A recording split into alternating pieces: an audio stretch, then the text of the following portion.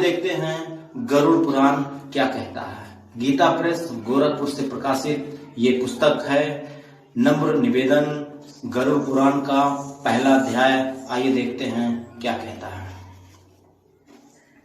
जहां जीवन है वहां मृत्यु भी निश्चित है। जहां जीवन है वहां मृत्यु भी निश्चित है। जो प्राणी जन्म ग्रहण करता है उसे समय आने पर मरना भी पड़ता है, और जो मरता है उसे जन्म लेना पड़ता है। पुनर्जन्म का यह सिद्धांत सनातन धर्म की अपनी विशेषता है। जीवन की परिसमाप्ति मृत्यु से होती है। इस ध्रुव सत्य को सभी ने स्वीकार किया है और यह प्रत्यक्ष भी दिखाई पड़ता है। इसलिए काल मृत्यु से आक्रांत मनुष्य की रक्षा करने में औषध, तत्पश्चात दान और माता पिता एवं बंधु बांधव आदि कोई भी समर्थ नहीं है। जीवात्मा इतना सूक्ष्म होता है कि जब वह शरीर से निकलता है उस समय कोई भी मनुष्य उसे अपने चर्म चतुष्पाओं से देख नहीं सकता, और यही जीवात्मा अपने कर्मों के भोगों को भोगने के लिए एक अंगुष्ठ परिमित आतिवाहिक सूक्ष्म शरीर धारण करता है, जो माता पिता के शुक्र शोणित द्वार बनने वाले शरीर से भिन्न होता है। इस अतीन्द्र शरीर से ही जीवात्मा अपने द्वारा किए हुए धर्म और अधर्म के परिणाम स्वरूप सुख दुख को भोगता है, तथा इसी सूक्ष्म शरीर से पाप करने वाले मनुष्य याम में मार्ग की यातनाएं भोगते हुए यमराज के पास पहुंचते हैं। यौम धार्मिक जन प्रसन्नता पूर्वक सुख भोग करते हुए धर्मराज के पास जाते हैं। साथ ही यह बात भी ध्यान देने योग्य है कि केवल मनुष्य ही मृत्यु के पश्चात अतिवाहिक सूक्ष्म शरीर धारण करते हैं और उसी शरीर को यम पुरुषों के द्वारा याम्य पथ से यमराज के पास ले जाया जाता है। अतः प्राणियों को यही, क्योंकि अन्य प्राणियों को यह सूक्ष्म शरीर प्राप्त ही नहीं होता, वे तो तत्काल दूसरी योनि में जन्म पा जाते हैं। पशु पक्षी आदि नाना त्रियक योनियों के प्राणी मृत्यु के पश्चात वायु रूप में विचरण करते हुए पुनः किसी योनि विशेष में जन्म ग्रहण हेतु उस योनि के गर्भ में आ जाते हैं। केवल मनुष्य को अपने शुभ और अशुभ कर्मों का अच्छा बुरा परिणाम इहलोक और परलोक में भोगना पड़ता है।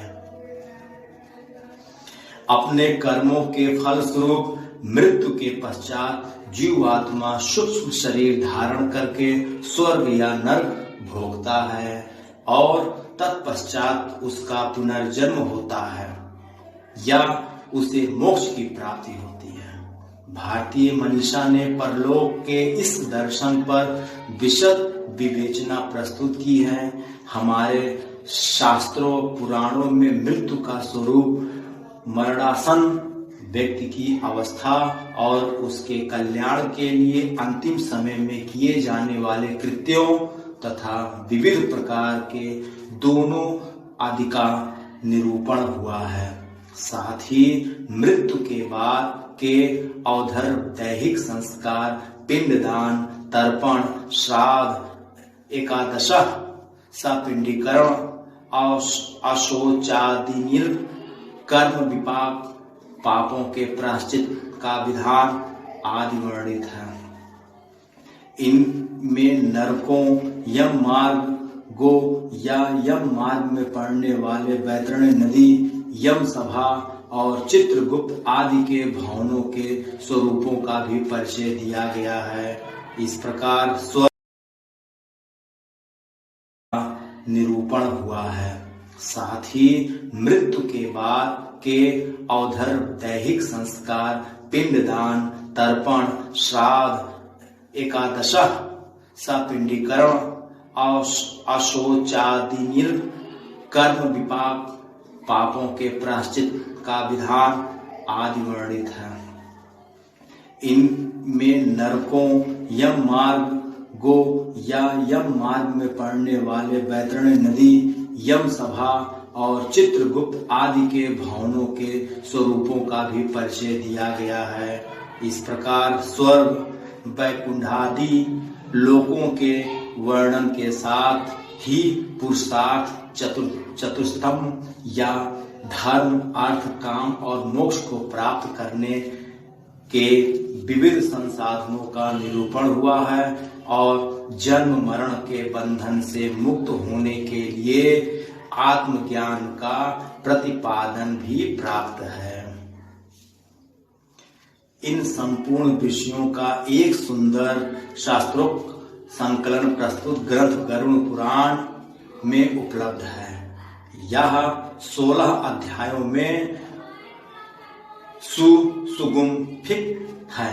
प्राय श्राद्ध आदि पितृ कार्यों तथा अशौचा अवस्था में परंपरा से इसी को सुनाया जाता है और सामान्य लोग प्राय इसे ही गरुड़ पुराण के रूप में जानते हैं, परंतु वास्तव में यह ग्रंथ मूल गरुड़ पुराण से भी भिन्न है।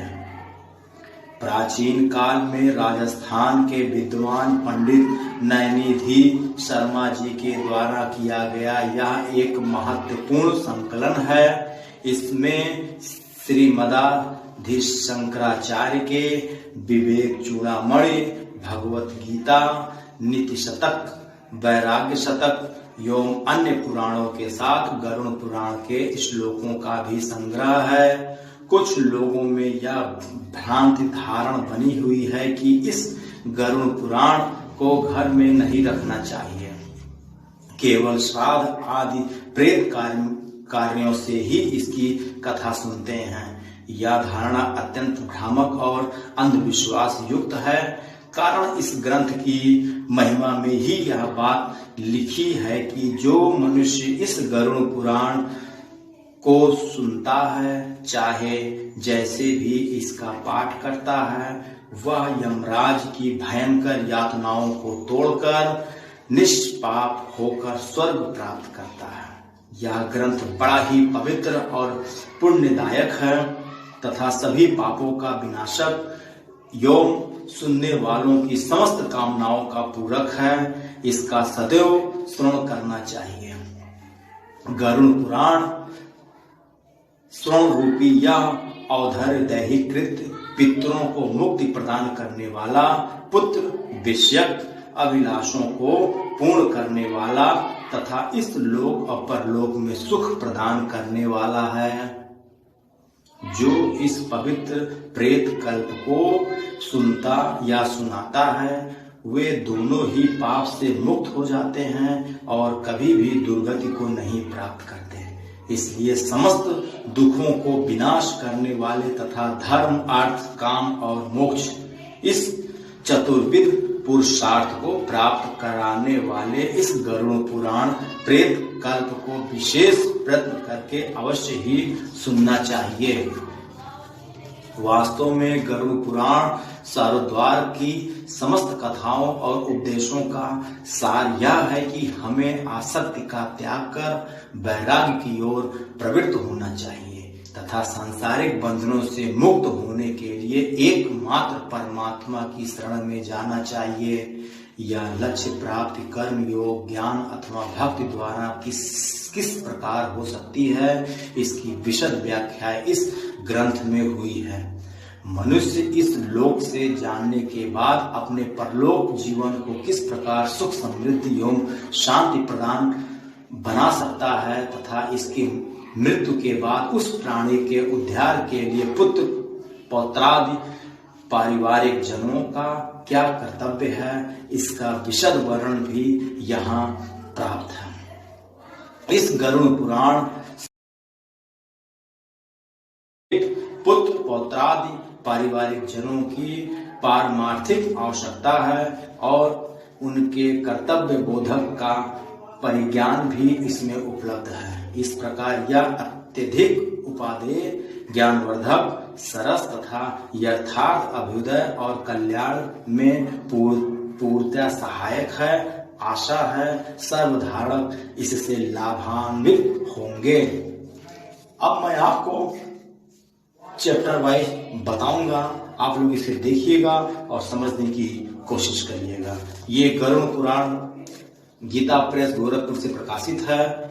इसमें जो भी लिखा हुआ है मैं आपको पढ़ के